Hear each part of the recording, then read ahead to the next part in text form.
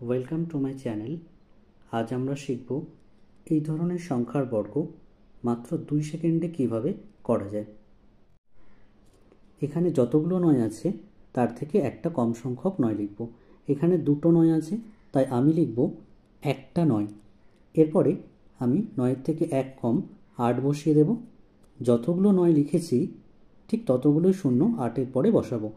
এখানে একটা নয় লিখেছি, তাই আমি একটা শূন্য বসাবো এবং সবার শেষে 1 বসিয়ে দেব। একই রকমভাবে এখানে 3টে নয় আছে, তাই আমি লিখব দুটো নয়, এরপরে একটা 8। যেহেতু দুটো নয় লিখেছি তাই আমি দুটো শূন্য বসাবো এবং শেষে 1।